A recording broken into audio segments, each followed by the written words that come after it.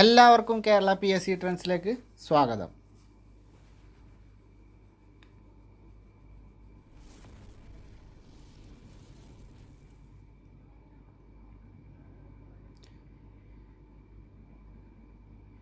പ്രകൃതിയിലെ ചലനവും ബലവും എന്നുള്ള നമ്മുടെ മൊഡ്യൂളിലെ അടുത്ത ചാപ്റ്ററാണ് ഇന്ന് നമ്മൾ ചർച്ച ചെയ്യാൻ പോകുന്നത്.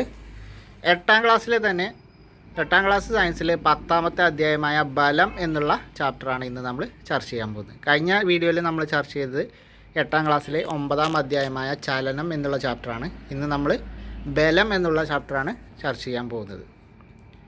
വീഡിയോയിലേക്ക് പോകുന്നതിന് മുമ്പ് എൻ്റെ വീഡിയോ നിങ്ങൾക്ക് ഉപകാരപ്പെട്ടാൽ മാത്രം എൻ്റെ ചാനലൊന്ന് സബ്സ്ക്രൈബ് ചെയ്യുക.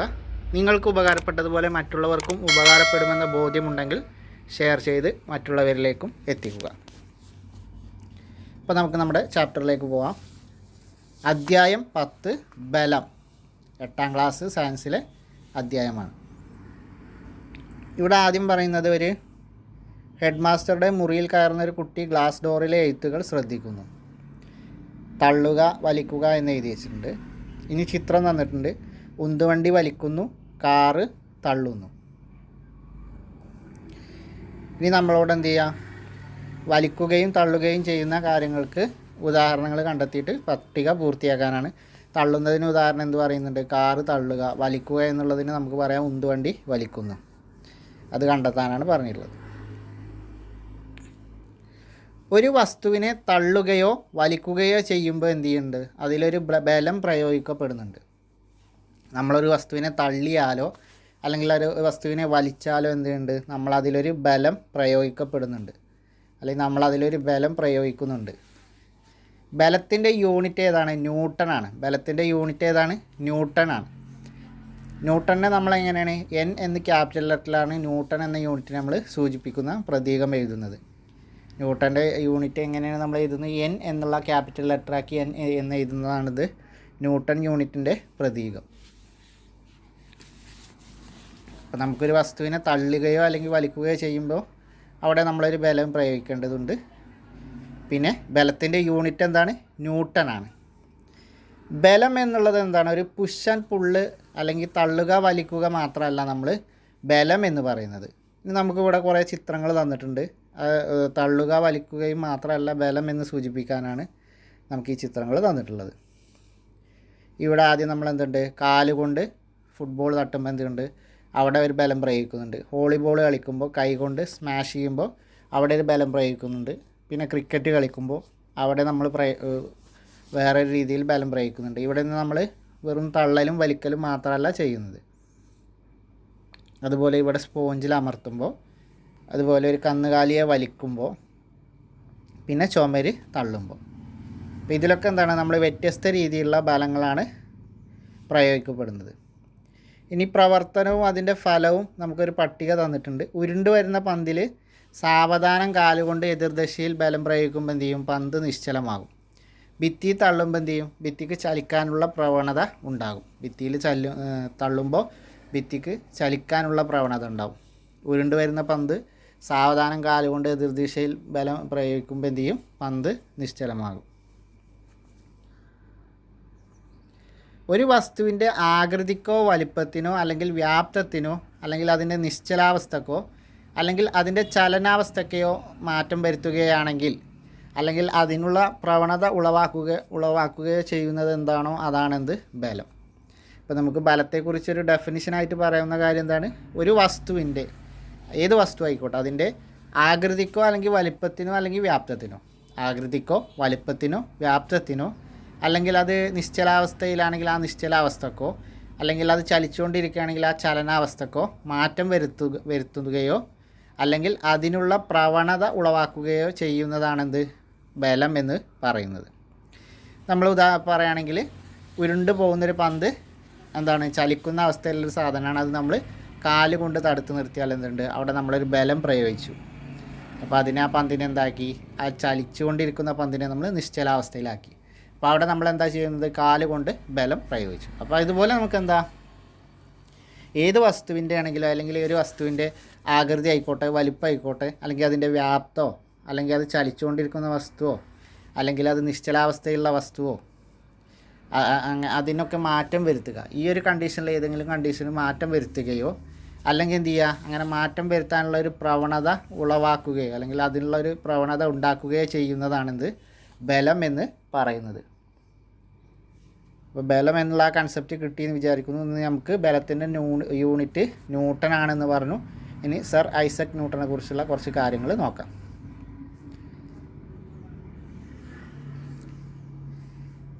സർ ഐസക് ന്യൂട്ടൺ 1642 ജനിച്ച് 1727 അന്തരിച്ചു. ഇംഗ്ലണ്ടിലെ വൂൾസ്തോർപ്പിലാണ് സർ ഐസക് ന്യൂട്ടൺ ജനിച്ചത്. ഇംഗ്ലണ്ടിലെ വൂൾസ്തോർപ്പിലാണ് ഐസക് ന്യൂട്ടൺ ജനിച്ചത്. അദ്ദേഹത്തിൻ്റെ കണ്ടെത്തലുകളിൽ പ്രധാനപ്പെട്ടവ ഏതൊക്കെയാണ്? ചലന നിയമങ്ങൾ, ഗുരുത്വാകർഷണ നിയമം എന്നിവയാണ്. ചലന നിയമങ്ങളും ഗുരുത്വാകർഷണ നിയമങ്ങളും ആവിഷ്കരിച്ചതാരാണ്? Sir Isaac ന്യൂട്ടനാണ്.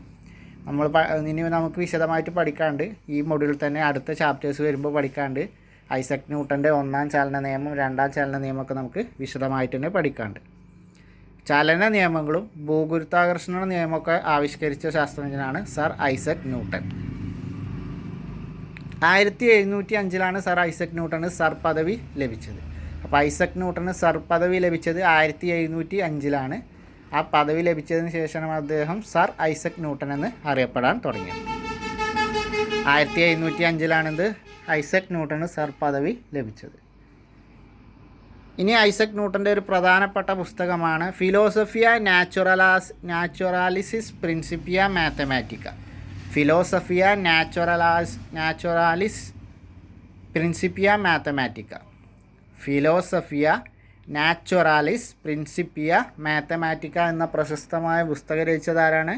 Sir Isaac Newton. അപ്പോൾ സർ ഐസക് ന്യൂട്ടൻ്റെ പുസ്തകമാണെന്ത്? Philosophiae Naturalis Principia Mathematica.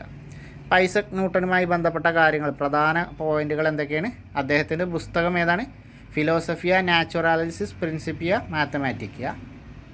Mathematica എന്നുള്ള അദ്ദേഹത്തിൻ്റെ പ്രശസ്തമായ പുസ്തകം ഒന്ന്. രണ്ടാമത്തെ പോയിന്റ് ചലന നിയമം ആവിഷ്കരിച്ചത്. മൂന്നാമത്തെ പോയിന്റ് ഭൂഗുരുത്വാകർഷണ നിയമം ആവിഷ്കരിച്ചത്. ഈ 3 കാര്യങ്ങൾ നിങ്ങൾ ന്യൂട്ടനുമായി ബന്ധപ്പെട്ട് നിർബന്ധമായിട്ടും ഓർത്തിരിക്കണം. ഇനി ഒരു ന്യൂട്ടൺ ബലം എത്രയെന്നുള്ളത്, നമ്മൾ ബലത്തിൻ്റെ യൂണിറ്റ് ന്യൂട്ടൺ ആണെന്ന് പറഞ്ഞു. ഒരു ന്യൂട്ടൺ ബലം എന്ന് പറഞ്ഞാൽ എത്രയാണ്? നമ്മളൊരു ഉദാഹരണ സഹിതമാണ് ഇതിൽ പറയുന്നത്. അതായത് 100 ഗ്രാം 0.1 kg അഥവാ 100 ഗ്രാം മാസുള്ള ഒരു വസ്തു. അപ്പോൾ എന്തായിക്കോട്ടെ, 100 ഗ്രാം മാസുള്ള ഒരു വസ്തുവിനെ തറനിരപ്പിന് സമാന്തരമായി കയ്യിൽ താങ്ങി നിർത്താൻ ഗുരുത്വാകർഷണ ബലത്തിനെതിരെ ഏകദേശം 1 ന്യൂട്ടൺ ബലം പ്രയോഗിക്കണം. ഇപ്പോൾ നമ്മൾ പറയാം 100 ഗ്രാമുള്ള, ഇപ്പോൾ ഈ ചിത്രം വെച്ച് തന്നെ പറയാം. അപ്പോൾ 100 ഗ്രാമുള്ള ആപ്പിൾ, ഈ ആപ്പിൾ നമ്മൾ എന്ത് ചെയ്യണം? കയ്യിൽ വെച്ച് മുകളിലേക്ക് പൊക്കുക എന്ന് പറഞ്ഞാൽ എന്താണ്? നമ്മൾ താഴേക്ക് എപ്പോഴും ഗുരുത്വാകർഷണ ബലമുണ്ട്. അപ്പോൾ ഗുരുത്വാകർഷണ ബലത്തിനെതിരെയായിട്ടാണ് നമ്മളിത് പൊങ്ങിക്കുന്നത്. അപ്പോൾ മുകളിലേക്ക് സമാന്തരമായിട്ട് ഗുരുത്വാകർഷണ ബലത്തിനെതിരെ 100 ഗ്രാമുള്ളൊരു വസ്തു കൈകൊണ്ട് പൊക്കുമ്പോൾ അതിന് പ്രയോഗിക്കുന്ന ബലമാണെന്ത്? 1 ന്യൂട്ടൺ ബലം. 1 ന്യൂട്ടൺ ബലമാണ് നമ്മൾ ഭൂഗുരുത്വാകർഷണത്തിനെതിരെ 100 ഗ്രാം മാസുള്ള ഒരു ആപ്പിൾ മുകളിലേക്ക് കൈകൊണ്ട് പൊക്കുമ്പോൾ ഉപയോഗിക്കുന്നത്, ഈ ചിത്രത്തിൽ കാണുന്നത് പോലെ. അപ്പോൾ നമ്മൾ 1 കിലോഗ്രാം ആപ്പിൾ കൈകൊണ്ട് പൊക്കുകയാണെങ്കിൽ എത്ര ന്യൂട്ടൺ വേണ്ടി വരും? 10 ന്യൂട്ടൺ വേണ്ടി വരും. 100 ഗ്രാമിന് 1 ന്യൂട്ടൺ ആണെങ്കിൽ 1 കിലോഗ്രാം എന്ന് പറഞ്ഞാൽ എത്രയാണ്? 1000 ഗ്രാമാണ്. അപ്പോൾ 1000 ഗ്രാമാണ് 1 കിലോഗ്രാം.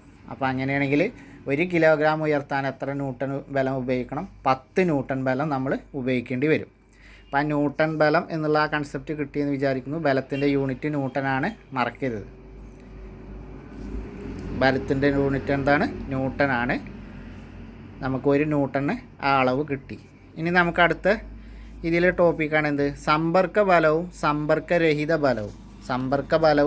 സമ്പർക്കരഹിത ബലവും എന്താണ് എന്നുള്ളത് നോക്കാം. സമ്പർക്ക ബലത്തിൻ്റെ ഉദാഹരണങ്ങളും സമ്പർക്കരഹിത ബലത്തിൻ്റെ ഉദാഹരണങ്ങളും ചിത്രസഹിതം തന്നിട്ടുണ്ട്. ഇവിടെ നമ്മൾ കിണറിൽ നിന്ന് വെള്ളം കോരുന്നുണ്ട്. അപ്പോൾ ഇവിടെ എന്താണ്? സമ്പർക്ക ബലമാണ്. ഇവിടെ നമ്മൾ എന്ത് ചെയ്യുന്നുണ്ട്? ആ വസ്തുവിനെ തൊട്ടുകൊണ്ടാണ് ബലം പ്രയോഗിക്കുന്നത് സ്പർശനത്തിലൂടെ. ഇനി നമ്മൾ ട്രോളി നീക്കുമ്പോഴും എന്താണ്? സമ്പർക്ക ബലമാണ്. കാരണം ട്രോളിയിൽ നമ്മൾ സ്പർശനം വരുന്നുണ്ട്. ഇനി തെങ്ങിൽ നിന്ന് തേങ്ങ വീഴുന്നതോ? അത് സമ്പർക്കം ഇല്ലാത്ത ബലമാണ്. സമ്പർക്കരഹിത ബലമാണെന്ത്? തെങ്ങിൽ നിന്ന് തേങ്ങ വീഴുന്നത്. കാരണം അവിടെ നമ്മുടെ സ്പർശനം വരുന്നില്ല. അടുത്തത് നോക്കാം. ഫുട്ബോളിൻ്റെ ചലനോ അതും സമ്പർക്കമില്ലാത്ത ബലമാണ്. സമ്പർക്കമില്ലാത്ത ബലമാണത്. അല്ലെങ്കിൽ നിരന്നതോ എവിടെയാണെങ്കിലും ഫുട്ബോൾ ഇങ്ങനെ ഉരുണ്ട് പോകുന്നത്. നമ്മൾ ഉരുളാനൊരു ബലം പ്രയോഗിക്കും, പക്ഷെ പിന്നെ ആ ഉരുണ്ട് പോയിക്കൊണ്ടിരിക്കുന്ന പന്ത് എന്താണ്? സമ്പർക്കമില്ലാത്ത ബലമാണ്. അതുപോലെ കാന്തത്തിലേക്ക് ഇരുമ്പിനെ ആകർഷിക്കുന്നത് എന്താണ്? സമ്പർക്കമില്ലാത്ത ബലത്തിന് ഉദാഹരണമാണ്. അതുപോലെ എന്താണ്?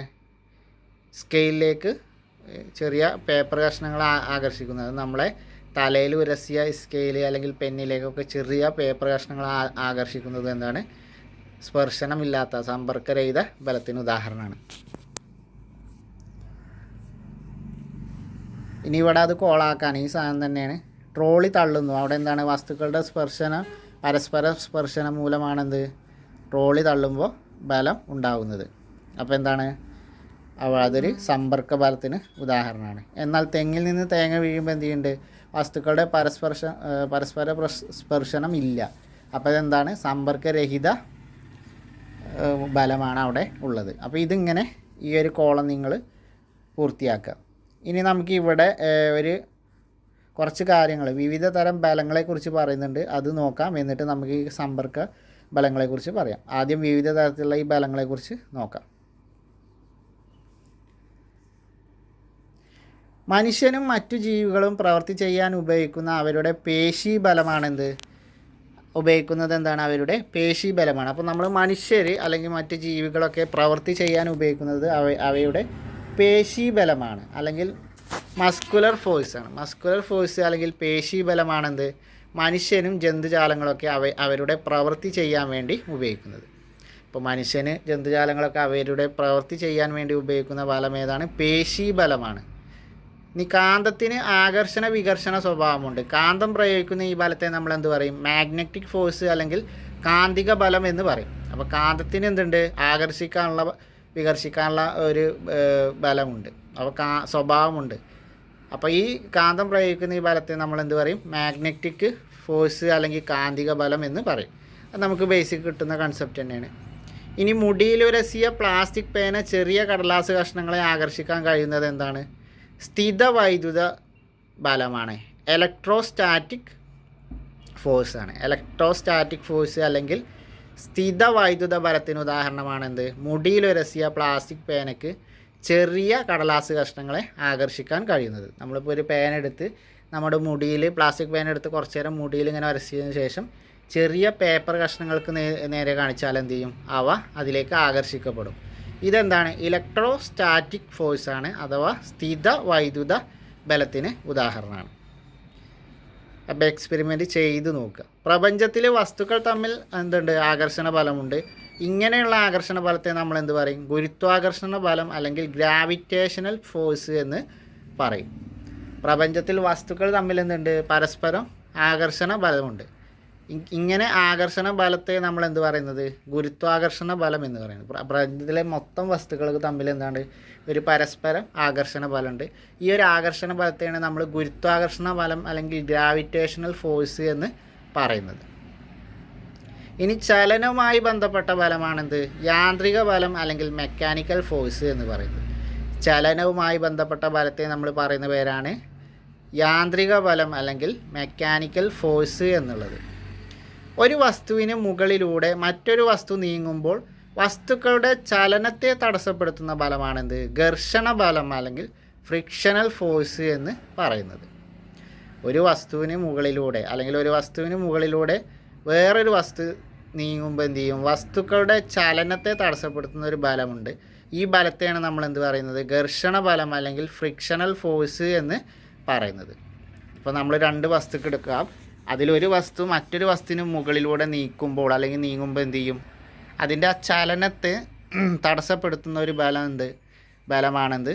ഘർഷണ ബലം അല്ലെങ്കിൽ ഫ്രിക്ഷണൽ ഫോഴ്സ് എന്ന് പറയുന്നത്. അപ്പോൾ ഇതാണ് വിവിധ തരത്തിലുള്ള ബലങ്ങൾ, ഫ്രിക്ഷണൽ ഫോഴ്സ് എന്ന്. ഇനി നമുക്ക് എന്ത് ചെയ്യാം? നമ്മൾ ആ സമ്പർക്ക ബലവും സമ്പർക്കരഹിത ബലവും എന്താണെന്ന് പറഞ്ഞാൽ അതിൻ്റെ ഡെഫിനിഷൻ ഒന്ന് നോക്കാം. വസ്തുക്കൾ തമ്മിൽ പരസ്പര സമ്പർക്കത്തിലൂടെ പ്രയോഗിക്കപ്പെടുന്ന ബലമാണെന്ത്? സമ്പർക്ക ബലം. നമ്മൾ പറഞ്ഞു ട്രോളി ഉന്തൽ, അതേപോലെ കപ്പിയും കയറും ഉപയോഗിച്ച് കിണറിൽ നിന്ന് വെള്ളം മുക്കുന്നതൊക്കെ എന്താണ്? സമ്പർക്ക ബലത്തിന് ഉദാഹരണമാണ്. വസ്തുക്കൾ തമ്മിൽ പരസ്പര സമ്പർക്കത്തിലൂടെ പ്രയോഗിക്കപ്പെടുന്ന ബലമാണെന്ത്? സമ്പർക്ക ബലം. ഇനി വസ്തുവുമായി സമ്പർക്കം ഇല്ലാതെ ഒരു വസ്തുവിൽ പ്രയോഗിക്കുന്ന ബലമാണെന്ത്? സമ്പർക്കരഹിതം. നമുക്ക് പേരിൽ തന്നെ കിട്ടും. വസ്തുവുമായി സമ്പർക്കം ഇല്ലാതെയാണെങ്കിൽ ഒരു വസ്തുവിൽ പ്രയോഗിക്കപ്പെടുന്ന ബലമാണെന്ത്? സമ്പർക്കരഹിത ബലം. നമ്മൾ പറഞ്ഞ കാന്തിക ബലമൊക്കെ അതിന് ഉദാഹരണമാണ്. അതുപോലെ തെങ്ങിൽ നിന്ന് തേങ്ങ ചാടുന്നതൊക്കെ അതിൻ്റെ ഉദാഹരണങ്ങളാണ്. അടുത്തതാണെന്ത്? ഘർഷണ ബലം അല്ലെങ്കിൽ ഫ്രിക്ഷണൽ ഫോഴ്സ്. ഘർഷണ ബലം അല്ലെങ്കിൽ ഫ്രിക്ഷണൽ ഫോഴ്സ്. നമുക്ക് ആദ്യം കുറച്ച് ഉദാഹരണം നോക്കാം. സൈക്കിൾ ചക്രത്തിൻ്റെ ആക്സിലിൽ എണ്ണ ഇടുന്നത് എന്തിനായിരുന്നു? നമ്മൾ ഇവിടെ നോക്കുക. സൈക്കിൾ ചക്രത്തിൻ്റെ ആക്സിൽ എന്തുണ്ട്? എണ്ണ ഇടുന്നുണ്ട്. അതുപോലെ ഒരു ലോഹഗോളമോ റബ്ബർ പന്തോ നിരപ്പായ തറയിലൂടെ ഉരുട്ടി വിട്ടാൽ അതിൻ്റെ ചലനത്തിൽ എന്ത് സംഭവിക്കും? അതിൻ്റെ കാരണം എന്തായിരിക്കും? പിന്നെ അതുപോലെ എന്താണ്? മേശപ്പുറത്ത് വെച്ചിരിക്കുന്ന പുസ്തകം നോക്കാൻ പറഞ്ഞിട്ടാണ്. എന്നിട്ട് എന്താണ്? അവിടെ ഒരു പരീക്ഷണങ്ങളാണ് ചെയ്യാൻ പറഞ്ഞിട്ടുള്ളത്. അപ്പോൾ പുസ്തകം മേശ അല്പം ചരിച്ച് നോക്കിയാൽ എന്ത് സംഭവിക്കും? പുസ്തകം ചലിക്കുമോ? അതേപോലെ മേശപ്പുറത്ത് മേശ അല്പം കൂടി ചരിച്ച് നോക്കിയാൽ എന്താ സംഭവിക്കുക എന്നുള്ളതൊക്കെ ചെയ്ത് നോക്കാനാണ് പറയുന്നത്. അപ്പോൾ അതിസൂക്ഷ്മമായ ധാരാളം കുന്നുകളും കുഴികളും ഒക്കെ എന്താണ്? ഉപരിതലത്തിൽ കാണപ്പെടുന്നുണ്ട് നമ്മൾ പുസ്തകത്തിന്. അപ്പോൾ അവ പരസ്പരം എന്ത് ചെയ്യും? കൊളുത്ത് പിടിക്കും. മേശയും പുസ്തകവും സമ്പർക്കത്തിൽ വരുന്ന പ്രതലത്തിൻ്റെ പ്രത്യേക ചിത്രങ്ങൾ കണ്ടെത്താനാണ് നമ്മളോട് പറഞ്ഞിട്ടുള്ളത്. അപ്പോൾ അതിസൂക്ഷ്മമായ ധാരാളം കുന്നുകളും കുഴികളൊക്കെ എന്തുണ്ട്? അവിടെ ഉണ്ടാകുന്നുണ്ട്. അപ്പോൾ വസ്തുവിൽ ഉപരിതലത്തിന് സമാന്തരമായി ബലം പ്രയോഗിച്ച് ചലിപ്പിക്കാൻ ശ്രമിക്കുമ്പോൾ അതിനെ തടസ്സപ്പെടുത്തുന്ന ഒരു എതിർബലം ഉണ്ട് എന്ന് നമുക്ക് ഈ ഒരു പരീക്ഷണത്തിലൂടെ നമുക്ക് മനസ്സിലാക്കാം. അപ്പോൾ നമ്മളൊരു വസ്തുവിനെ എന്ത് ചെയ്യുക? ഉപരിതലത്തിന് സമാന്തരമായിട്ടൊരു ബലം കൊടുത്ത് ചലിപ്പിക്കാൻ ശ്രമിക്കുമ്പോൾ അതിനെ എതിർക്കുന്ന ഒരു ബലം നമുക്ക് ഈ ഒരു പരീക്ഷണം ചെയ്യുമ്പോൾ നമുക്ക് അനുഭവപ്പെടും. അപ്പോൾ അത്ര കാര്യങ്ങൾ നമ്മളുണ്ട് എന്ന് മനസ്സിലാക്കി. ഇനി നമുക്ക് അതെന്താണ് എന്നുള്ളത് നോക്കാം. ഒരു പ്രതലം മറ്റൊരു പ്രതലത്തിലൂടെ ചലിക്കുമ്പോഴോ ചലിക്കാൻ ശ്രമിക്കുമ്പോഴോ അവയുടെ ആപേക്ഷിക ചലനത്തെ എതിർക്കുന്ന തരത്തിൽ അവയുടെ ഇടയിൽ പ്രതലത്തിന് സമാന്തരമായി ഒരു ബലം അനുഭവപ്പെടുന്നു. ഇതാണെന്ത്? ഘർഷണ ബലം എന്ന് പറയുന്നത്. എങ്ങനെയാണ് ഘർഷണ ബലം? എന്താണ്? ഒരു പ്രതലം മറ്റൊരു പ്രതലത്തിലൂടെ ചലിക്കുമ്പോൾ, അല്ലെങ്കിൽ ഒരു പ്രതലം മറ്റൊരു പ്രതലത്തിലൂടെ ചലിക്കുമ്പോഴോ അല്ലെങ്കിൽ അത് ചലിക്കാൻ ശ്രമിക്കുമ്പോഴോ എന്താണ് സംഭവിക്കുക? അവയുടെ ആപേക്ഷിക ചലനം, അതായത് അവയുടെ സ്വാഭാവിക ചലനത്തെ എതിർക്കുന്ന തരത്തിൽ എന്ത് ചെയ്യും? അവയുടെ ഇടയിലൊരു പ്രതലത്തിന് സമാന്തരമായ ഒരു ബലം അനുഭവപ്പെടുന്നു. ഇതാണെന്ത്? ഘർഷണ ബലം എന്ന് പറയുന്നത്. ഒന്നും കൂടി പറയാം. ഒരു പ്രതലം മറ്റൊരു പ്രതലത്തിലൂടെ ചലിക്കുമ്പോഴോ അല്ലെങ്കിൽ ചലിക്കാൻ ശ്രമിക്കുമ്പോഴോ എന്ത് ചെയ്യും? അവയുടെ സ്വാഭാവിക ചലനം, ഇപ്പോൾ നമ്മൾ ആ പുസ്തകത്തിൻ്റെ കാര്യം പറഞ്ഞല്ലോ, അവരുടെ സ്വാഭാവിക ചലനത്തെ എന്ത് ചെയ്യും? എതിർക്കുന്ന രീതിയിൽ അവയുടെ ഇടയിൽ എന്ത് ചെയ്യും? പ്രതലത്തിന് സമാന്തരമായിട്ട്, അതിൻ്റെ പ്രതലത്തിന് സമാന്തരമായിട്ടൊരു ബലം ഉണ്ടാകും. ഈ ബലത്തെയാണ് നമ്മൾ എന്ത് പറയുന്നത്? ഘർഷണ ബലം എന്ന് പറയുന്നത്. ഘർഷണ ബലം അല്ലെങ്കിൽ ഫ്രിക്ഷണൽ ഫോഴ്സ് എന്ന് പറയുന്നത്. ഇനി ഘർഷണ ബലം എന്ന് പറഞ്ഞാൽ വിവിധ തരത്തിലുള്ള ഘർഷണ ബലങ്ങളുണ്ട്. ആദ്യം നമുക്ക് ഈ ഉദാഹരണം നോക്കാം, എന്നിട്ട് നമുക്കത് പഠിക്കും. അപ്പോൾ ആദ്യം ഇവിടെ രണ്ട് മരത്തിൻ്റെ കാര്യം തന്നെ, വലിയൊരു തടിമരം എന്ത് ചെയ്യുന്നുണ്ട്? ഉരുട്ടിക്കൊണ്ടുപോകുന്നുണ്ട്. ഈ ഉരുട്ടിക്കൊണ്ടുപോകുമ്പോൾ എന്താണ്? ഉരുട്ടിക്കൊണ്ടുപോകാനാണ് ഒന്നുകൂടി സുഖമായിരിക്കും. ഇനി ഇതേപോലെ തന്നെ തടിമരം ഇങ്ങനെ കെട്ടി തറയിലൂടെ വലിച്ചു നീക്കുമ്പോൾ അത് നീങ്ങാൻ കുറച്ച് ബുദ്ധിമുട്ടായിരിക്കും. അപ്പോൾ ഇവിടെ രണ്ടിടത്തും എന്തുണ്ട്? ഘർഷണ ബലം ഉണ്ട് എന്ന് മനസ്സിലായി. അപ്പോൾ ഇവിടെ ഘർഷണ ബലം ഏറ്റവും കൂടുതൽ എവിടെയായിരിക്കും? ഇങ്ങനെ തടി നിലത്തിലൂടെ വലിച്ചു കൊണ്ടുപോകുമ്പോഴാണ് ഘർഷണ ബലം കൂടുതലുണ്ടാകുക. ഉരുട്ടി കൊണ്ടുപോകുമ്പോൾ എന്താണ്? ഘർഷണ ബലം കുറവായിരിക്കും. അതുകൊണ്ട് എന്താണ്? സുഖമായിട്ട് അതിൻ്റെ ചലനം നടക്കുന്നു. നമ്മൾ ബലം പ്രയോഗിക്കുന്നതിനനുസരിച്ച് സുഖമായ രീതിയിലുള്ള ചലനം നടക്കും. എന്നാൽ ഇങ്ങനെ വലിച്ചു കൊണ്ടുപോകുമ്പോൾ അങ്ങനെ സ്വാഭാവിക രീതിയിലുള്ള ചലനം നടക്കില്ല. അവിടെ ഒരു ഘർഷണ ബലം കൂടുതലാണ്. അതാണ് നമുക്ക് ഈ ഒരു ഇതിൽ നിന്ന് മനസ്സിലാവുന്ന കാര്യം. ഇനി നമുക്കിത് ഒന്ന് വിശദമായിട്ട് തന്നെ പഠിക്കാം. അപ്പോൾ നമ്മൾ ഘർഷണ ബലം പഠിച്ചു. അപ്പോൾ രണ്ട് തരത്തിലുള്ള ഘർഷണ ബലങ്ങളാണുള്ളത്. ഉരുളൽ ഘർഷണ ബലം, അതേപോലെ നിരങ്ങൽ ഘർഷണം. ഉരുളൽ ഘർഷണവും നിരങ്ങൽ ഘർഷണം എന്നുള്ള രണ്ട് തരത്തിലുള്ള ഘർഷണ ബലമാണ് ഉള്ളത്. ഇനി അതെന്താണെന്ന് നോക്കാം. നമുക്ക് ആ പേരിൽ തന്നെ കിട്ടും, എങ്കിലും നോക്കാം. ഒരു വസ്തു മറ്റൊരു വസ്തുവിന് മുകളിലൂടെ ഉരുട്ടി നീങ്ങുമ്പോൾ അനുഭവപ്പെടുന്ന ഘർഷണ ബലമാണെന്ത്? ഉരുളൽ ഘർഷണം അല്ലെങ്കിൽ റോളിംഗ് ഫ്രിക്ഷൻ. ഒരു വസ്തു മറ്റൊരു വസ്തുവിൻ്റെ മുകളിലൂടെ ഉരുട്ടി നീക്കുമ്പോൾ അനുഭവപ്പെടുന്ന ഘർഷണ ബലത്തെയാണ് നമ്മൾ എന്ത് പറയുന്നത്? ഉരുളൽ ഘർഷണം അല്ലെങ്കിൽ റോളിംഗ് ഫ്രിക്ഷൻ എന്ന് പറയുന്നത്. ഇനി ഒരു വസ്തു മറ്റൊരു വസ്തുവിന് മുകളിലൂടെ നിരക്കി നീക്കുമ്പോൾ അനുഭവപ്പെടുന്ന ഘർഷണ ബലം ഏതാണ്? നിരങ്ങൽ ഘർഷണം അല്ലെങ്കിൽ സ്ലൈഡിംഗ് ഫ്രിക്ഷൻ എന്ന് അറിയപ്പെടുന്നു. ഇനി ഒരു വസ്തു മറ്റൊരു വസ്തുവിന് മുകളിലൂടെ നിരക്കി നീക്കുമ്പോൾ അനുഭവപ്പെടുന്ന ഘർഷണ ബലമാണെന്ത്? നിരങ്ങൽ ഘർഷണം എന്ന് അറിയപ്പെടുന്നത് അല്ലെങ്കിൽ സ്ലൈഡിംഗ് ഫ്രിക്ഷൻ എന്ന് അറിയപ്പെടുന്നത്. ഒരു വസ്തു മറ്റൊരു വസ്തുവിന് മുകളിലൂടെ ഉരുട്ടി നീക്കുമ്പോൾ അനുഭവപ്പെടുന്ന ബലമാണെന്ത്? ഉരുളൽ ഘർഷണം എന്ന് പറയുന്നത് അല്ലെങ്കിൽ റോളിംഗ് ഫ്രിക്ഷൻ എന്ന് പറയുന്നത്. എന്നാൽ ഒരു വസ്തു മറ്റൊരു വസ്തുവിന് മുകളിലൂടെ നിരക്കി നീക്കുമ്പോൾ അനുഭവപ്പെടുന്ന ഘർഷണ ബലമാണെന്ത്? നിരങ്ങൽ ഘർഷണ ബലം. അപ്പോൾ നമുക്ക് ഒന്നും കൂടി ചിത്രത്തിലേക്ക് തന്നെ വരാം. ഇവിടെ അനുഭവപ്പെടുന്ന, അതായത് ഉരുട്ടി നീക്കുമ്പോൾ അനുഭവപ്പെടുന്ന ഈ ഒരു ഘർഷണ ബലത്തെയാണ് നമ്മൾ എന്ത് പറയുന്നത്? ഉരുളൽ ഘർഷണ ബലം അല്ലെങ്കിൽ റോളിംഗ് ഫ്രിക്ഷൻ എന്ന് പറയുന്നത്. ആദ്യത്തെ ഈ ചിത്രത്തിലുള്ളത്. ഇനി രണ്ടാമത്തെ ചിത്രത്തിലേക്ക് പോവുകയാണെങ്കിൽ ഇവിടെ എന്താണ്? നിരങ്ങി നീങ്ങുകയാണ്. ഇതാണെന്ത്? നിരങ്ങൽ ഘർഷണ ബലം എന്ന് പറയുന്നത്. നിരങ്ങൽ ഘർഷണ ബലം അല്ലെങ്കിൽ സ്ലൈഡിംഗ് ഫ്രിക്ഷൻ എന്ന് പറയുന്നത്. നിരങ്ങൽ ഘർഷണ ബലം അല്ലെങ്കിൽ സ്ലൈഡിംഗ് ഫ്രിക്ഷൻ എന്ന് പറയുന്നത് ഈ രണ്ടാമത്തെ ഇത് എന്താണ്? നിരത്തി കൊണ്ടുപോകുമ്പോൾ, അതായത് ഈ മരം കെട്ടിവലിക്കുമ്പോൾ, അതായത് നിരക്കി നീക്കുമ്പോൾ അനുഭവപ്പെടുന്ന ഘർഷണ ബലമാണ്. അപ്പോൾ ആ കാര്യങ്ങൾ കിട്ടി. അപ്പോൾ രണ്ട് ടൈപ്പിലുള്ള ഘർഷണ ബലവും കിട്ടി, നിരങ്ങലും ഉരുളലും, റോളിംഗ് ആൻഡ് സ്ലൈഡിങ്. ആ രണ്ട് ഫ്രിക്ഷൻ കിട്ടി. ഇനി നമുക്ക് അറിയുന്ന കാര്യം തന്നെ അപ്പോൾ എന്താണ്? ഉരുളൽ ഘർഷണത്തിന് എന്താണ്? നിരങ്ങൽ ഘർഷണത്തിലേക്കാൾ കുറവായിരിക്കും. അത് ഘർഷണം കുറവായതുകൊണ്ടാണല്ലോ നമുക്ക് സുഖമായിട്ട് ഉരുട്ടി കൊണ്ടുപോകാൻ കഴിയുന്നത്. അപ്പോൾ ഉരുളൽ ഘർഷണം എപ്പോഴും എന്താണ്? നിരങ്ങൽ ഘർഷണത്തേക്കാൾ കുറവായിരിക്കും. ഉരുളൽ ഘർഷണം എപ്പോഴും നിരങ്ങൽ ഘർഷണത്തേക്കാൾ കുറവായിരിക്കും. ഇനി താഴെ കുറച്ച് സന്ദർഭങ്ങൾ തന്നിട്ടുണ്ട്. അത് നമുക്ക് കോളാക്കി എഴുതാനാണ്. അതായത് ഘർഷണം ഗുണകരമായ സന്ദർഭങ്ങളും അതുപോലെ ഘർഷണം ഗുണകരമല്ലാത്ത സന്ദർഭങ്ങളും. തീപ്പെട്ടി കൊള്ളി തീപ്പെട്ടിയിൽ ഉരക്കുന്നത് എന്താണ്? ഘർഷണം ഗുണകരമായ സന്ദർഭമാണ്. എന്നാൽ യന്ത്രങ്ങളുടെ തേയ്മാനം എന്താണ്? ഗുണകരമല്ലാത്ത സന്ദർഭമാണ്. ഇനി വസ്തുക്കളെ പിടിക്കാൻ സാധിക്കുന്നത് എന്താണ്? ഗുണകരമായ ഘർഷണത്തിന് ഉദാഹരണമാണ്. തറയിലൂടെ നടക്കാൻ കഴിയുന്നതും ഗുണകരമായ ഘർഷണത്തിന് ഉദാഹരണമാണ്. അല്ലെങ്കിൽ അത് ഉപകാരപ്രദമായ ഗുണകരമായ ഘർഷണം സാധ്യമായ സന്ദർഭങ്ങളാണ്. ഇനി തറയിലൂടെ നടക്കാൻ കഴിയുന്നത് നമ്മൾ പറഞ്ഞു. വാഹനങ്ങളുടെ ടയറുകളിൽ ചാലുകൾ ഇടുന്നതും എന്താണ്? ഗുണകരമായ അതിനുള്ള സന്ദർഭങ്ങളാണ്. ഘർഷണം ഗുണകരമായ സന്ദർഭമാണ്. ഇനി ടയർ തേഞ്ഞ് തീരുന്നത് എന്താണ്? ഘർഷണം ഗുണകരമല്ലാത്ത സന്ദർഭമാണ് ടയർ തേഞ്ഞ് തീരുന്നതും അതുപോലെ ഇന്ധന നഷ്ടവും. ഇത് ഈ മുകളിൽ കുറേ സന്ദർഭം തന്നത് നമ്മളോട് ഈ രണ്ട് കോളമാക്കി എഴുതാനാണ് പറഞ്ഞിട്ടുള്ളത്. അത് നിങ്ങൾക്ക് തന്നെ സിമ്പിളായിട്ട് ആലോചിച്ചാൽ നമുക്ക് എഴുതാവുന്ന കാര്യമുള്ളൂ. ഇനി ഇവിടെ എന്തുണ്ട്? ഒരു തോണിൻ്റെ ഫോട്ടോ കൊടുത്തിട്ടുണ്ട്, വിമാനത്തിൻ്റെ ഫോട്ടോ കൊടുത്തിട്ടുണ്ട്, അതുപോലെ എന്താണ് ഒരു റേസിംഗ് മോട്ടോ കാറിൻ്റെ ഫോട്ടോയും കൊടുത്തിട്ടുണ്ട്. അപ്പോൾ ഇവിടെ എന്താണ് പ്രത്യേകത? ഇതിന് ഓരോന്നിനും ഒരു പ്രത്യേക ഷേപ്പാണ്. ഇപ്പോൾ നമ്മൾ തോണിയുടേതാണെങ്കിൽ അതിനൊരു ഷേപ്പാണ്. ഈ ഷേപ്പ് എന്തിനാണ് ഇതുപോലെ കൊടുത്തിട്ടുള്ളത്? ഘർഷണം കുറക്കുന്നതിന് വേണ്ടിയിട്ടാണ് തോണിക്ക്. ഇപ്പോൾ ജലവുമായിട്ടുള്ള ഘർഷണ ബലം കുറക്കുന്നതിന് വേണ്ടിയിട്ടാണ് തോണിക്ക് ഈ ഷേപ്പ് കൊടുത്തിട്ടുള്ളത്. വിമാനത്തിന് ഈ ഷേപ്പ് കൊടുത്തിട്ടുള്ളത് വായുവുമായിട്ടുള്ള ഘർഷണ ബലം കുറക്കുന്നതിന് വേണ്ടിയിട്ടാണ്. അതുപോലെ എന്താണ് നമ്മളെ റേസിംഗ് കാറിന് ഈ ഷേപ്പ് കൊടുത്തിട്ടുള്ളത് നമ്മളെ നിലവുമായിട്ടും അതുപോലെ വായുമായിട്ടുള്ള രണ്ടുമായിട്ടുള്ള ഘർഷണ ബലം കുറക്കുന്നതിന് വേണ്ടിയിട്ടാണ് ഈ ഒരു ഷേപ്പ് കൊടുത്തിട്ടുള്ളത്.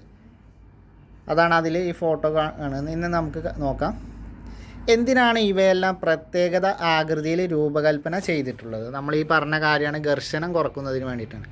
അവയുടെ മുന്നോട്ടുള്ള ചലനത്തിന് എന്താണ്? വായുവോ ജലമോ അവ രണ്ടുമോ ഉണ്ടാക്കുന്ന ഘർഷണം കുറക്കുന്നതിനല്ലേ ഈ ഷേപ്പ് കൊടുത്തിട്ടുള്ളത് എന്ന് നമ്മളോട് ചോദിച്ചിരിക്കുകയാണ്. തീർച്ചയായിട്ടും അങ്ങനെ തന്നെയാണ്. ഘർഷണ ബലം കുറക്കുന്നതിന് വേണ്ടിയിട്ടാണ് ആ ഷേപ്പുകൾ കൊടുത്തിട്ടുള്ളത്. ഇങ്ങനെ ഘർഷണം കുറക്കത്തക്ക വിധം വസ്തുക്കളുടെ ആകൃതി രൂപപ്പെടുത്തുന്നതിനെയാണ് നമ്മൾ ധാരാരേഖിതമാക്കൽ അല്ലെങ്കിൽ സ്ട്രീം ലൈനിങ് എന്ന് പറയുന്നത്. അപ്പോൾ ഘർഷണം കുറക്കാൻ വേണ്ടിയിട്ട് വസ്തുക്കളുടെ ആകൃതി രൂപപ്പെടുത്തുന്നതിനെ നമ്മൾ എന്താണ് പറയുന്നത്?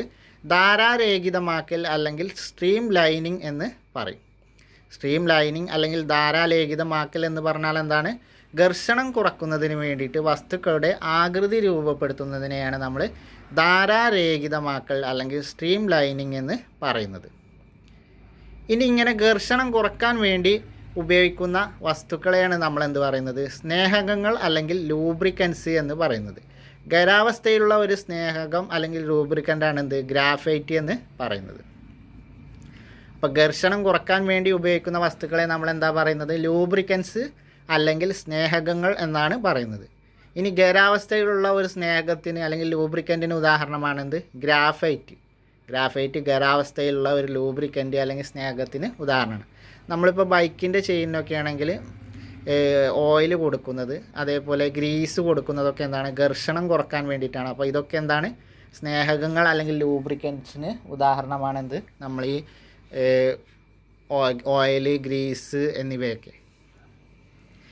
ഇനി ഇവിടെ സ്നേഹമായി ഉപയോഗിക്കുന്ന മറ്റു പദാർത്ഥങ്ങൾ പട്ടികയാക്കാനാണ്. നമുക്കറിയാം നിത്യജീവിതത്തിൽ നമ്മൾ ഉപയോഗിക്കുന്നതൊക്കെ നമുക്ക് പട്ടികയാക്കി വെക്കാം. വെളിച്ചെണ്ണ, പിന്നെ എണ്ണകൾ, എൻജിൻ ഓയിൽ, അതുപോലെ ഉള്ള കാര്യങ്ങളൊക്കെ എന്താണ്, സ്നേഹകങ്ങൾ അല്ലെങ്കിൽ ലൂബ്രിക്കൻ്റായിട്ട് നമ്മൾ ഉപയോഗിക്കുന്നതാണ്. എന്തിനു വേണ്ടി, ഘർഷണം കുറക്കുന്നതിന് വേണ്ടിയിട്ടാണ് നമ്മൾ ഉപയോഗിക്കുന്നത്.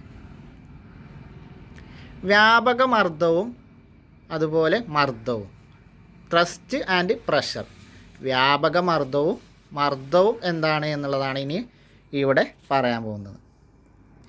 ആദ്യം തന്നെ ഇവിടെ പറഞ്ഞിട്ടുണ്ട്, ഒരു കുട്ടി ഒരു ആണിൽ ചവിട്ടുമ്പോൾ എന്താണ്, അവിടെ വേദനിക്കും. അപ്പോൾ ഇവിടെ ഒരാൾ പറയുന്നുണ്ട്, ആണിയിൽ ചവിട്ടിയതിനാണോ ഇങ്ങനെ വിഷമിക്കുന്നത്, ഞാൻ ആണിക്കിടക്കയിൽ കിടക്കുമല്ലോ. നമുക്കെന്താണ്, ഒരാണിയിൽ ചവിട്ടുമ്പോൾ നമ്മളെ ദേഹത്തേക്ക് ആണി തുളഞ്ഞു കയറും. എന്നാൽ നമ്മളൊരു ആണിക്കിടക്ക ഉണ്ടാക്കിയിട്ട് അതിൽ കിടക്കുകയാണെങ്കിൽ ഒരിക്കലും എന്ത് ചെയ്യല്ല, അത് നമ്മളെ ദേഹത്തേക്ക് തുളഞ്ഞ് കയറുകയില്ല. ആണിക്കിടക്കയിൽ നമുക്ക് സുഖമായിട്ട് കിടക്കാവുന്നതാണ്.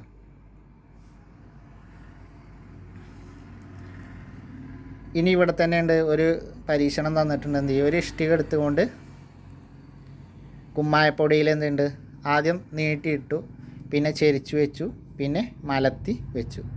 അങ്ങനെ 3 രീതിയിൽ വെച്ചിട്ട് നമ്മളോട് പരീക്ഷണം നടത്തിയിട്ട് അതിൽ കുമ്മായപ്പൊടിയിൽ വരുന്ന ആയനെ കുത്തനെ ഇടുമ്പോഴും വിലങ്ങനെ ഇടുമ്പോഴും പരപ്പളവ് കൂടിയ വശം അടിയിലായി ഇടുമ്പോഴൊക്കെ കുമ്മായപ്പൊടിയിലുണ്ടായ ആയമൊക്കെ മാർക്ക് ചെയ്തിട്ട് പരീക്ഷണം ചെയ്യാനാണ് പറഞ്ഞിട്ടുള്ളത്.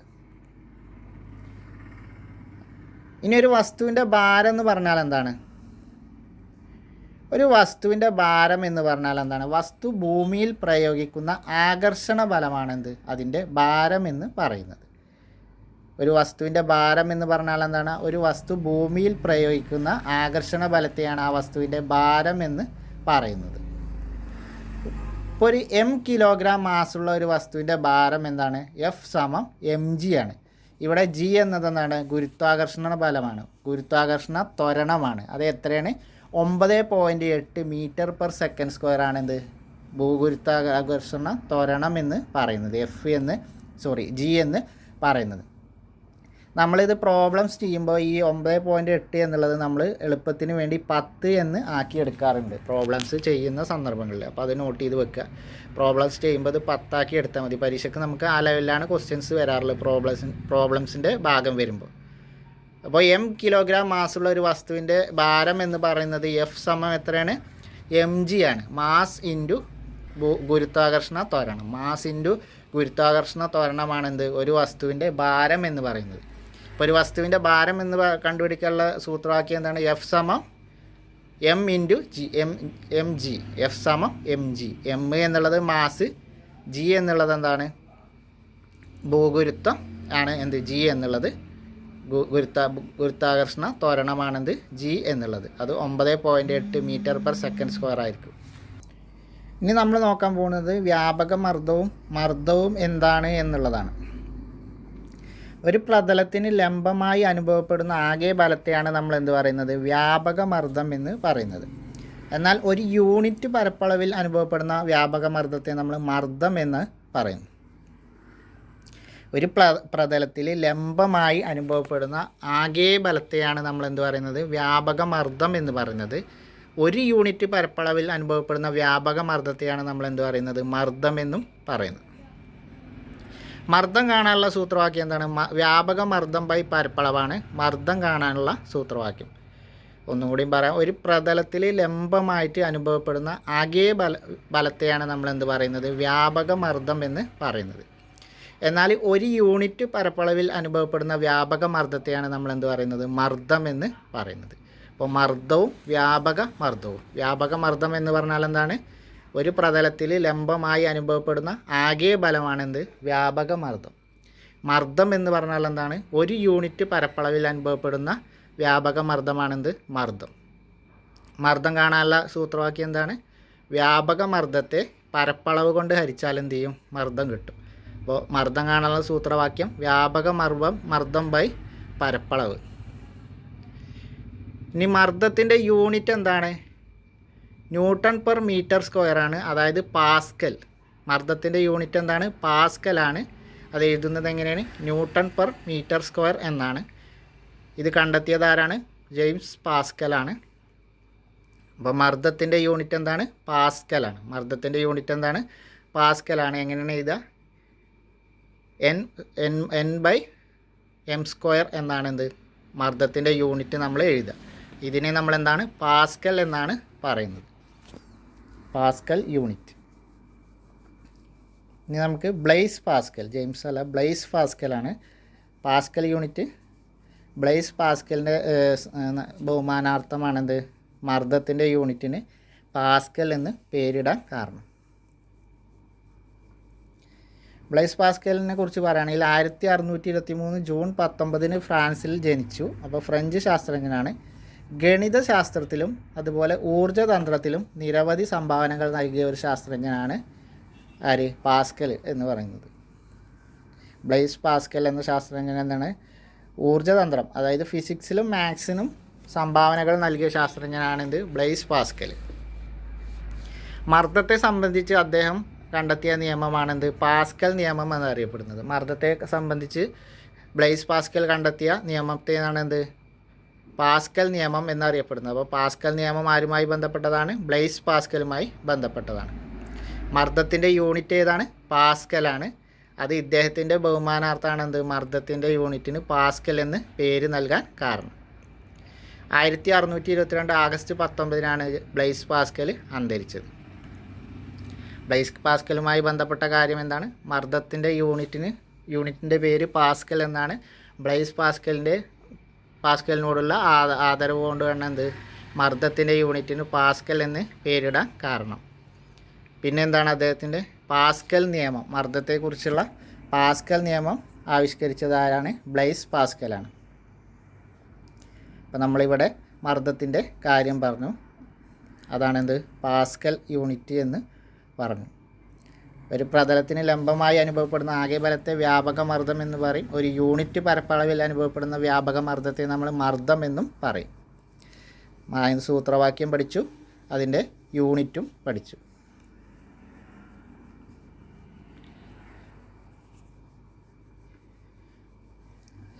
ഇനി എന്താണ്? നമുക്ക് പരപ്പളവും അതുപോലെ മർദ്ദവും തമ്മിലുള്ള ബന്ധം എന്താണ് എന്നുള്ളത് നോക്കാം.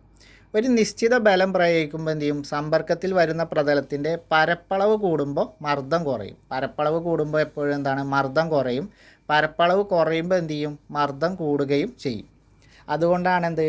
ആണി കാലിൽ കൊള്ളുമ്പോൾ വേദനിക്കുന്നതും ആണി ബെഡിൽ കിടക്കുമ്പോൾ ആണി കുത്തി കയറാത്തതും എന്താണ്? അപ്പോൾ ആണി ബെഡിൽ എന്താണ് സംഭവിക്കുന്നത്? അവിടെ നമുക്ക് പരപ്പളവ് കുറയും, അതായത് ആണികൾ തമ്മിലുള്ള പരപ്പളവ് കുറയും. അപ്പോൾ അങ്ങനെ എന്ത് ചെയ്യും? അതിൻ്റെ ആണികളുടെ മർദ്ദം അപ്പോൾ കുറവ് വരും. അതുകൊണ്ട് എന്ത് ചെയ്യും? ആണി ബെഡിൽ നിന്ന് നമുക്കൊരിക്കലും ആണി ശരീരത്തിലേക്ക് കുത്തി കയറില്ല. എന്നാൽ നമ്മൾ സിംഗിളായിട്ട് ആണി അല്ലെങ്കിൽ ഗ്യാപ്പിട്ടൊക്കെ ആണി തറക്കുകയാണെങ്കിൽ എന്താണ്? അവിടെ പരപ്പളവ് ഉണ്ട്. അതുകൊണ്ട് എന്ത് ചെയ്യും? മർദ്ദം കൂടും. അപ്പോൾ ആണി നമ്മുടെ ദേഹത്ത് കുത്തി കയറും. അതാണ് നമ്മൾ ഇതിൻ്റെ തുടക്കത്തിൽ പറഞ്ഞ ആ സംഭാഷണത്തിൽ പറയുന്നത്. ഒരു നിശ്ചിത ബലം പ്രയോഗിക്കുമ്പോൾ സമ്പർക്കത്തിൽ വരുന്ന പ്രതലത്തിൽ എന്ത് ചെയ്യും? പരപ്പളവ് കൂടുമ്പോൾ എന്ത് ചെയ്യും? മർദ്ദം കുറയും. പരപ്പളവ് കുറയുമ്പോൾ മർദ്ദം കൂടും. പരപ്പളവ് കൂടുമ്പോൾ മർദ്ദം കുറയും. പരപ്പളവ് കുറയുമ്പോൾ മർദ്ദം കൂടുകയും ചെയ്യും. ഇതാണ് മർദ്ദവും പരപ്പളവും തമ്മിലുള്ള ബന്ധം. അത് നിർബന്ധമായിട്ടും ഒന്ന് നോട്ട് ചെയ്ത് വെക്കുക. ഇവിടെ ഇതാണ് ആണിബെഡിൽ കിടക്കുമ്പോൾ നമുക്കൊന്നും പറ്റാത്തതാണ്. ഈ ഒരു കാരണം കൊണ്ടാണ്. എന്താണ്? ഇവിടെ പരപ്പളവ് കുറവാണ്. അപ്പോൾ എന്ത് ചെയ്യും? മർദ്ദം കുറയും. അതുകൊണ്ട് നമുക്ക് ആണിബെഡിൽ കടന്നാലും ഒന്നും സംഭവിക്കില്ല. ഇനി ദ്രാവക മർദ്ദം അല്ലെങ്കിൽ ലിക്വിഡ് പ്രഷർ എന്താണെന്ന് നോക്കാം. ദ്രാവക മർദ്ദം അല്ലെങ്കിൽ ലിക്വിഡ് പ്രഷർ. ഇവിടെ ഒരു പരീക്ഷണം തന്നിട്ടുണ്ട്.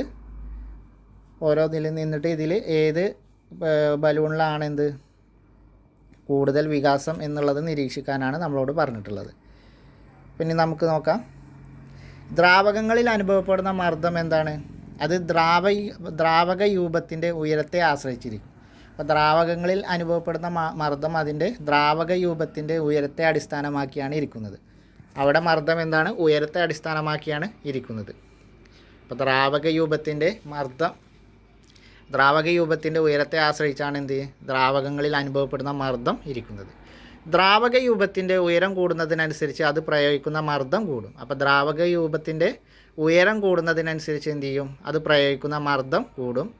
ഒരു ദ്രാവകം ഒരു യൂണിറ്റ് പരപ്പളവിൽ പ്രയോഗിക്കുന്ന വ്യാപക മർദ്ദത്തെയാണ് നമ്മൾ ദ്രാവക മർദ്ദം എന്ന് പറയുന്നത്. ദ്രാവക മർദ്ദം എന്ന് പറഞ്ഞാൽ എന്താണ്? ഒരു ദ്രാവകം ഒരു യൂണിറ്റ് പരപ്പളവിൽ പ്രയോഗിക്കുന്ന വ്യാപക മർദ്ദത്തെയാണ് നമ്മൾ ദ്രാവക മർദ്ദം എന്ന് പറയുന്നത്. ദ്രാവകങ്ങൾ അത് സ്ഥിതി ചെയ്യുന്ന പാത്രത്തിൻ്റെ എല്ലാ വശങ്ങളിലേക്കും ബലം പ്രയോഗിക്കാറുണ്ട്.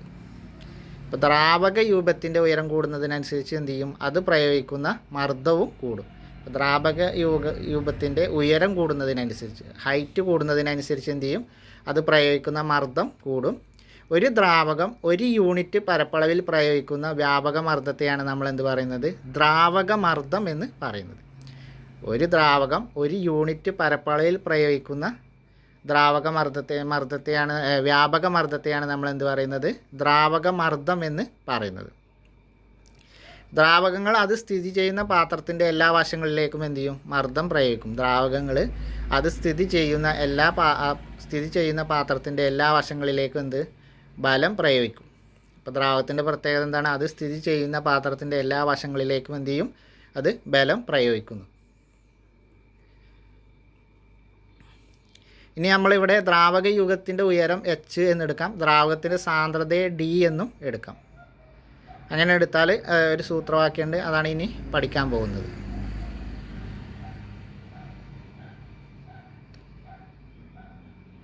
ദ്രാവക രൂപത്തിൻ്റെ ഉയരം h-ഉം ദ്രാവകത്തിൻ്റെ സാന്ദ്രത d-യും ഗുരുത്വാകർഷണം മൂലമുള്ള ത്വരണം g-യും ആയാൽ ദ്രാവക മർദ്ദം കാണാനുള്ള സൂത്രവാക്യം എന്താണ്? P = h/dg ആയിരിക്കും. P = h/dg. ദ്രാവക മർദ്ദം കാണാനുള്ള സൂത്രവാക്യം എന്താണ്? ദ്രാവക മർദ്ദം അല്ലെങ്കിൽ P കാണാനുള്ള പ്രഷർ കാണാനുള്ള സൂത്രവാക്യം P = h/dg. ഇതിൽ h എന്താണ്? ദ്രാവക രൂപത്തിൻ്റെ ഉയരമാണ്. d എന്താണ്? ദ്രാവകത്തിൻ്റെ സാന്ദ്രതയാണ്. g എന്താണ്? ഭൂഗുരുത്വാകർഷണ ത്വരണമാണ്. ഗുരുത്വാകർഷണ ത്വരണമാണ് g. അതെന്താണ്? 9.8 m/s² എന്ന് പറഞ്ഞു. അപ്പോൾ നമ്മളത് പ്രോബ്ലംസ് ചെയ്യുമ്പോൾ എന്ത് ചെയ്യും? 10 m/s² ആക്കിയിട്ട് എടുക്കാറുണ്ട്. അപ്പോൾ ദ്രാവക രൂപത്തിൻ്റെ ഉയരം എന്താണ്? h. സാന്ദ്രത d-യും ഗുരുത്വാകർഷണം മൂലമുള്ള ത്വരണം g-യും ആയാൽ അതിൻ്റെ ദ്രാവക മർദ്ദം കാണാനുള്ള സൂത്രവാക്യം എന്താണ്? h/dh. എല്ലാം തമ്മിൽ ഗുണിക്കുക. h/dh പ്രധാനപ്പെട്ട ഒരു സൂത്രവാക്യമാണ്, നോട്ട് ചെയ്ത് വെക്കുക. അടുത്തതാണ് അന്തരീക്ഷ മർദ്ദം അല്ലെങ്കിൽ അറ്റ്മോസ്ഫിയറിക് പ്രഷർ. അന്തരീക്ഷ മർദ്ദം അല്ലെങ്കിൽ അറ്റ്മോസ്ഫിയറിക് പ്രഷർ എന്ന് പറയുന്നത്. ഭൂമിക്ക് ചുറ്റും എന്താണ്? വായുവിൻ്റെ ഒരു ആവരണമുണ്ട്. ഇതാണെന്ത്? ഭൂമിയുടെ അന്തരീക്ഷം എന്ന് പറയുന്നത്. ഭൂമിയുടെ ചുറ്റും വായുവിൻ്റെ ഒരു ആവരണമുണ്ട്. ഈ ആവരണത്തെയാണ് നമ്മൾ അന്തരീക്ഷം എന്ന് പറയുന്നത്. ഈ അന്തരീക്ഷ വായുവിലെ സാന്ദ്രത എന്ത് ചെയ്യും? ഭൂമിയുടെ പ്രതലത്തിനടുത്ത് കൂടുതലും മുകളിലേക്ക് പോകുന്തോറും കുറവും ആയിരിക്കും. അതുകൊണ്ട് എന്താണ്? മുകളിലേക്ക് പോകുന്തോറും അന്തരീക്ഷത്തിൻ്റെ മർദ്ദം എപ്പോഴും കുറഞ്ഞുകൊണ്ടിരിക്കും. ഭൂമിയുടെ ഉപരിതലത്തിൽ യൂണിറ്റ് പരപ്പളവിൽ അനുഭവപ്പെടുന്ന വായു രൂപത്തിൻ്റെ ഭാരമാണെന്ത്? അന്തരീക്ഷ മർദ്ദം എന്ന് പറയുന്നത്. അപ്പോൾ നമുക്കറിയാം ഭൂമിക്ക് ചുറ്റും ഉള്ള വായുവിൻ്റെ ആവരണമാണെന്ത്? അന്തരീക്ഷം എന്ന് പറയുന്നത്. അപ്പോൾ ഭൂമിയുടെ ഉപരിതലത്തിൽ ഒരു യൂണിറ്റ് പരപ്പളവിൽ അനുഭവപ്പെടുന്ന വായു രൂപത്തിൻ്റെ ഭാരത്തെയാണ് നമ്മൾ എന്ത് പറയുന്നത്? അന്തരീക്ഷ മർദ്ദം എന്ന് പറയുന്നത്. അന്തരീക്ഷ മർദ്ദം എന്ന് പറഞ്ഞാൽ എന്താണ്? ഭൂമിയുടെ ഉപരിതലത്തിൽ ഒരു യൂണിറ്റ് പരപ്പളവിൽ അനുഭവപ്പെടുന്ന വായു രൂപത്തിൻ്റെ ഭാരം, അതാണെന്ത്? അന്തരീക്ഷ മർദ്ദം. ഒന്നും കൂടി പറയാം. ഭൂമിയുടെ ഉപരിതല യൂണിറ്റ് പരപ്പളവിൽ അനുഭവപ്പെടുന്ന വായു രൂപത്തിൻ്റെ ഭാരത്തെയാണ് നമ്മൾ എന്ത് പറയുന്നത്? അന്തരീക്ഷ മർദ്ദം എന്ന് പറയുന്നത്. അന്തരീക്ഷ വായുവിൻ്റെ സാന്ദ്രത എങ്ങനെയാണ്? ഭൂമിയുടെ പ്രതലത്തിനടുത്ത് കൂടുതലും മുകളിലേക്ക് പോകും തോറും എന്താണ്? കുറവും ആയിരിക്കും. അപ്പോൾ മുകളിലേക്ക് പോകും തോറും എന്താണ്? അന്തരീക്ഷ വായുവിൻ്റെ സാന്ദ്രത കുറവായിരിക്കും. മുകളിലേക്ക് പോകുന്തോറും കുറവായിരിക്കും. ഭൂമിയുടെ പ്രതലത്തിനോടടുത്ത് കൂടുതലും ആയിരിക്കും. അപ്പോൾ അന്തരീക്ഷ വായുവിൻ്റെ സാന്ദ്രതയുടെ പ്രത്യേകത എന്താണ്? മുകളിലേക്ക് പോകുന്തോറും എന്താണ്? അന്തരീക്ഷ വായുവിൻ്റെ സാന്ദ്രത കുറഞ്ഞ് വരുന്നു. അപ്പം വായുവിൻ്റെ സാന്ദ്രത കുറയും, അപ്പോൾ എന്ത് ചെയ്യും? അന്തരീക്ഷ മർദ്ദം കൂടുകയും ചെയ്യും. അപ്പോൾ എന്താണ് അതിന് പ്രത്യേകത? ഉയരം കൂടുന്തോറും അല്ലെങ്കിൽ മുകളിലേക്ക് പോകുന്തോറും അന്തരീക്ഷ വായുവിൻ്റെ സാന്ദ്രത കുറയുകയും മർദ്ദം കൂടുകയും ചെയ്യുന്നു എന്നുള്ള കൺസെപ്റ്റ് നിങ്ങൾ മനസ്സിലാക്കുക. പിന്നെ അന്തരീക്ഷ മർദ്ദം എന്താണ് എന്ന് പറഞ്ഞു. ഭൂമിയുടെ ഉപരിതലത്തിൽ യൂണിറ്റ് പരപ്പളവിൽ അനുഭവപ്പെടുന്ന വായുരൂപത്തിൻ്റെ ഭാരമാണ് അന്തരീക്ഷ മർദ്ദം എന്ന് പറയുന്നത്. ഇനി നമ്മൾ നിത്യജീവിതത്തിൽ അന്തരീക്ഷ മർദ്ദം പ്രയോജനപ്പെടുത്തുന്ന സന്ദർഭത്തിന് ഉദാഹരണമാണ് എന്ത്? സ്ട്രോ ഉപയോഗിച്ചുകൊണ്ട് ജ്യൂസ് കുടിക്കുന്നത്. നമ്മൾ സ്ട്രോ ഉപയോഗിച്ചുകൊണ്ട് ജ്യൂസ് കുടിക്കുന്നത് എന്താണ്? നമ്മുടെ നിത്യജീവിതത്തിൽ അന്തരീക്ഷ മർദ്ദം ഉപയോഗപ്പെടുത്തുന്നതിന് ഒരു ഉദാഹരണമാണ്. ഇനി താഴെ അന്തരീക്ഷ മർദ്ദവുമായിട്ട് ചില പ്രസ്താവനകൾ തന്നിട്ടുണ്ട്, ആ സാഹചര്യങ്ങൾ. അതൊക്കെ അന്തരീക്ഷ മർദ്ദവുമായി ബന്ധപ്പെട്ടതാണ്. അപ്പോൾ ഒന്ന് ജസ്റ്റ് ഒന്ന് നോട്ട് ചെയ്ത് വെക്കുക. സ്റ്റേറ്റ്മെൻറ്റ് ടൈപ്പിലെങ്ങാനും വന്നാൽ നമുക്കത് അറിയാത്ത ഭാഗമാണെന്ന് വിചാരിക്കാൻ പാടില്ല. അപ്പോൾ ബഹിരാകാശ യാത്രികർ പ്രത്യേകതരം വസ്ത്രങ്ങൾ ധരിക്കുന്നത് ഇതേപോലെ ഈ അന്തരീക്ഷ മർദ്ദത്തിൻ്റെ പ്രശ്നം കൊണ്ടാണ്. അപ്പോൾ ബഹിരാകാശ യാത്രികർ പ്രത്യേകതരം വസ്ത്രങ്ങൾ ധരിക്കുന്നത്. അതുപോലെ ഈ പർവ്വത ആരോഹകർക്ക്, അതായത് ഏറ്റവും ഉയരത്തിൽ പർവ്വതങ്ങളിലേക്ക് പോകുന്തോറും എന്ത് ചെയ്യും? മൂക്കിലൂടെ രക്തസ്രാവം ഉണ്ടാകാനുള്ള സാധ്യത ഉണ്ട്. അതും അന്തരീക്ഷ മർദ്ദത്തിൻ്റെ ഒരു കാരണമാണ്. ഈ ഉയരം കൂടുന്തോറും അന്തരീക്ഷ മർദ്ദം കുറയും. വായുവിൻ്റെ സാന്ദ്രത കുറഞ്ഞ് അന്തരീക്ഷ മർദ്ദം കൂടുന്നത് കൊണ്ട് തന്നെ നമ്മൾ ഈ ഹിമാലയം പോലുള്ള പർവ്വതങ്ങളൊക്കെ, എവറസ്റ്റൊക്കെ കീഴടക്കാൻ കയറുന്നവർക്കൊക്കെ എന്തുണ്ട്? മുകളിലേക്ക് പോകുന്തോറും മൂക്കിൽ നിന്ന് രക്തം വരാനുള്ള സാധ്യത ഉണ്ട്. അതിൻ്റെ കാരണം എന്താണ്? ഈ അന്തരീക്ഷ മർദ്ദത്തിൻ്റെ പ്രശ്നമാണ്. മുകളിലേക്ക് അന്തരീക്ഷ മർദ്ദം കൂടുതൽ ഉള്ളത് കൊണ്ടുള്ള പ്രശ്നമാണ്. അതേപോലെ റബ്ബർ സക്കറുകളിൽ മിനുസമുള്ള പ്രതലങ്ങൾ പതിപ്പിക്കാൻ സാധിക്കുന്നതും ഈ ഒരു എന്താണ്? ഈ അന്തരീക്ഷ മർദ്ദത്തിൻ്റെ ഉപയോഗം വരുന്ന അന്തരീക്ഷ മർദ്ദം കാരണമാണ്. അപ്പോൾ ഈ 3 സന്ദർഭങ്ങൾ എന്തായിട്ടും നിങ്ങൾ നിർബന്ധമായിട്ടും ഓർത്തിരിക്കുക. പിന്നെ നമ്മൾ നിത്യജീവിതത്തിൽ പ്രയോജനപ്പെടുത്തുന്ന സന്ദർഭമായ സ്ട്രോ ഉപയോഗിച്ച് ജ്യൂസ് കുടിക്കുന്നതും ഓർത്തിരിക്കുക. ഇനി അന്തരീക്ഷ മർദ്ദം കണ്ടുപിടിക്കാൻ നടത്തിയ ഒരു പരീക്ഷണത്തെക്കുറിച്ചാണ് വടംവലിയുടെ കഥ എന്ന് പറഞ്ഞത്. അന്തരീക്ഷ മർദ്ദത്തിൻ്റെ അസ്തിത്വം തെളിയിച്ചത് ആരാണ്? മഗ്ദീബർഗിലെ ഓട്ടോവൻ ഗെറിക്കാണ്. മഗ്ദീബർഗിലെ ഓട്ടോവൻ ഗെറിക്കാണ് എന്ത്? അന്തരീക്ഷ മർദ്ദത്തിൻ്റെ അസ്തിത്വം തെളിയിച്ചത്. അപ്പോൾ അന്തരീക്ഷ മർദ്ദത്തിൻ്റെ അസ്തിത്വം തെളിയിച്ചത് ആരാണ്? ഓട്ടോവാൻ ഗെറിക്കാണ്. മഗ്ദീബർഗിലെ ഓട്ടോവാൻ ഗെറിക്കാണ് എന്ത്? അന്തരീക്ഷ മർദ്ദത്തിൻ്റെ അസ്തിത്വം തെളിയിച്ചത്. എങ്ങനെയാണ് അദ്ദേഹം അത് ചെയ്തത്? ചെമ്പ് കൊണ്ടുള്ള 2 അർദ്ധഗോളങ്ങളെ അദ്ദേഹം എന്ത് ചെയ്തു? വളയം കൊണ്ട് ബന്ധിപ്പിച്ചു. ചെമ്പ് കൊണ്ടുള്ള 2 അർദ്ധഗോളങ്ങളെ ഒരു വളയം കൊണ്ട് ബന്ധിപ്പിച്ച് അതിനകത്ത് എന്ത് ചെയ്തു? വായു നീക്കം ചെയ്തു. ചെമ്പ് കൊണ്ടുള്ള 2 അർദ്ധഗോളം എന്ത് ചെയ്തു? അതിനുള്ളിലെ വായു പൂർണ്ണമായും നീക്കം ചെയ്തുകൊണ്ട് ഒരു വളയം കൊണ്ട് ബന്ധിച്ചു. എന്നിട്ട് ഗോളത്തിൻ്റെ ഇരുവശത്തും എന്ത് ചെയ്തു? 8 കുതിരകളെ വീതം ബന്ധിപ്പിച്ച് വലിച്ചു. 2 വശത്തും 8 വീതം കുതിരകളെ ബന്ധിപ്പിച്ചുകൊണ്ട് വലിച്ചു. എത്ര വലിച്ചിട്ടും എന്ത് ചെയ്തു? ഈ അർദ്ധഗോളങ്ങളെ വേർപ്പെടുത്താൻ കഴിഞ്ഞില്ല. കാരണം എന്താണ്? ഇതിൻ്റെ ഉള്ളിലെ വായു പൂർണ്ണമായിട്ടും കളഞ്ഞിരുന്നു. അപ്പോൾ അർദ്ധഗോളങ്ങളുടെ ഉൾഭാഗം ശൂന്യമായതുകൊണ്ട് എന്ത് ചെയ്തു? അകത്തെ മർദ്ദത്തിൻ്റെ കുറവ്. അപ്പോൾ അകം ശൂന്യമായതുകൊണ്ട് എന്താണ്? അവിടെ മർദ്ദം കുറവാണ്. അപ്പോൾ അകത്തിൻ്റെ മർദ്ദത്തിൻ്റെ കുറവും പുറത്തെന്താണ്? അന്തരീക്ഷ മർദ്ദം കൂടുതലാണ്. ഇത് രണ്ടും ആയപ്പോൾ എന്ത് ചെയ്തു? അപ്പോൾ ആ ഒരു 2 അർദ്ധഗോളങ്ങൾ വേർപ്പെടുത്താൻ കഴിഞ്ഞില്ല. 8 വീതം കുതിരകൾ വെച്ച് വലിച്ചിട്ടും എന്ത് ചെയ്തു? ആ ഒരു അർദ്ധഗോളത്തെ വേർപ്പെടുത്താൻ കഴിഞ്ഞില്ല. അപ്പോൾ അതെന്താണ്? അതിൻ്റെ ഉൾഭാഗം ശൂന്യമാണ്. വായു പൂർണ്ണമായി ഒഴിവാക്കിയതുകൊണ്ട് എന്താണ്? അവിടെ മർദ്ദം കുറവാണ്. പുറത്താണെങ്കിലോ അന്തരീക്ഷത്തിൽ മർദ്ദം കൂടുതലാണ്. ഈ ഒരു പ്രതിഭാസം കാരണം എന്ത് ചെയ്തു? ഈ 2 അർദ്ധഗോളങ്ങളും ഈ 8 വീതം കുതിരകളെ വെച്ച് വലിച്ചിട്ടും വേർപെട്ട് പോകുന്നില്ല.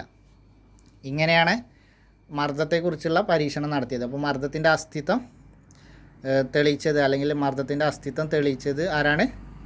ഓട്ടോവാൻ ഗെറിക്കാണ്. ഓട്ടോവാൻ ഗെറിക്കാണ് എന്ത്? അന്തരീക്ഷ മർദ്ദത്തിൻ്റെ അസ്തിത്വം തെളിയിച്ചത്. മഗ്ദീബർഗിലെ ഓട്ടോവാൻ ഗെറിക്ക്. അത് നോട്ട് ചെയ്ത് വെക്കുക. അപ്പോൾ നമ്മൾ അന്തരീക്ഷ മർദ്ദം ഉപയോഗപ്പെടുത്തുന്ന സാഹചര്യങ്ങളൊക്കെ പറഞ്ഞു. പർവ്വത ആരോഹകരുടെ കാര്യങ്ങളൊക്കെ പറഞ്ഞു. ഇനി അന്തരീക്ഷ മർദ്ദം അളക്കാമെന്നുള്ളതിൽ നമ്മൾ പറയുന്നത്, അന്തരീക്ഷ മർദ്ദം അളക്കാനുള്ളത് ഏതാണ്? അന്തരീക്ഷ മർദ്ദം അളക്കാനുള്ള ഉപകരണമാണ് എന്ത്? ബാരോമീറ്റർ. അന്തരീക്ഷ മർദ്ദത്തിൻ്റെ യൂണിറ്റ് ഏതാണ്? ബാറാണ്, BAR. അപ്പോൾ അന്തരീക്ഷ മർദ്ദം അളക്കാനുള്ള ഉപകരണം ഏതാണ്? ബാരോമീറ്ററാണ്. അന്തരീക്ഷ മർദ്ദത്തിൻ്റെ യൂണിറ്റ് ഏതാണ്? ബാറാണ്. BAR bar. ഭൂമിയുടെ ഉപരിതലത്തിൽ സമുദ്രനിരപ്പിൽ നിന്ന് യൂണിറ്റ് പരപ്പളവുമുള്ള വായുരൂപത്തിൻ്റെ ഭാരത്തെ ഒരു അന്തരീക്ഷ മർദ്ദമായിട്ട് നമുക്ക് കണക്കാക്കാം. ഭൂമിയുടെ ഉപരിതലത്തിൽ സമുദ്രനിരപ്പിൽ യൂണിറ്റ് പരപ്പളവുള്ള വായുരൂപത്തിൻ്റെ ഭാരത്തെയാണ് നമുക്ക് എങ്ങനെ ഒരു അന്തരീക്ഷ മർദ്ദമായിട്ട് കണക്കാക്കാൻ കഴിയുന്നത്. ഇത് എത്രയാണ്? 0.76 സെൻറ്റിമീറ്റർ ഉയരവും യൂണിറ്റ് പരപ്പളം 1 മീറ്റർ സ്ക്വയറും രസരൂപത്തിൻ്റെ ഭാരത്തിന് തുല്യവും ആയിരിക്കും. ഇതാണെന്ത്? പ്രമാണ അന്തരീക്ഷ മർദ്ദം അല്ലെങ്കിൽ സ്റ്റാൻഡേർഡ് അറ്റ്മോസ്ഫിക് പ്രഷർ. അപ്പോൾ സ്റ്റാൻഡേർഡ് അറ്റ്മോസ്ഫിക് പ്രഷർ എന്താണ്? 0.76 ഉയരവും യൂണിറ്റ് പരപ്പളവും 1 മീറ്റർ സ്ക്വയറും. അപ്പോൾ 0.76 ഉയരവും 1 മീറ്റർ സ്ക്വയർ പരപ്പളവും ഉള്ളതാണ് എന്ത്? സ്റ്റാൻഡേർഡ് അറ്റ്മോസ്ഫിയറിക് പ്രഷർ അഥവാ പ്രമാണ അന്തരീക്ഷ മർദ്ദം എന്ന് പറയുന്നത്. ഭൂമിയുടെ ഉപരിതലത്തിൽ സമുദ്രനിരപ്പിൽ യൂണിറ്റ് പരപ്പളവുമുള്ള വായുരൂപത്തെയാണ് നമ്മളെന്ത്? ആ വായുരൂപത്തിൻ്റെ ഭാരത്തെയാണ് നമ്മൾ ഒരു അന്തരീക്ഷ മർദ്ദമായിട്ട് നമ്മൾ കണക്കാക്കുന്നത്. അപ്പോൾ ഇത്രയാണ് നമുക്ക് ഈ ഒരു ചാപ്റ്ററിൽ പഠിക്കാനുള്ളത്. ഇനി തന്നെ ഈ മൊഡ്യൂളിൽ നമുക്കിനി പഠിക്കാനുള്ളത് 9ാം ക്ലാസ്സിലെ 3 ചാപ്റ്ററാണ്. അപ്പോൾ അതിൻ്റെ വീഡിയോയുമായി അടുത്ത ദിവസം കാണാം. അതുവരെ എല്ലാവർക്കും താങ്ക് യു.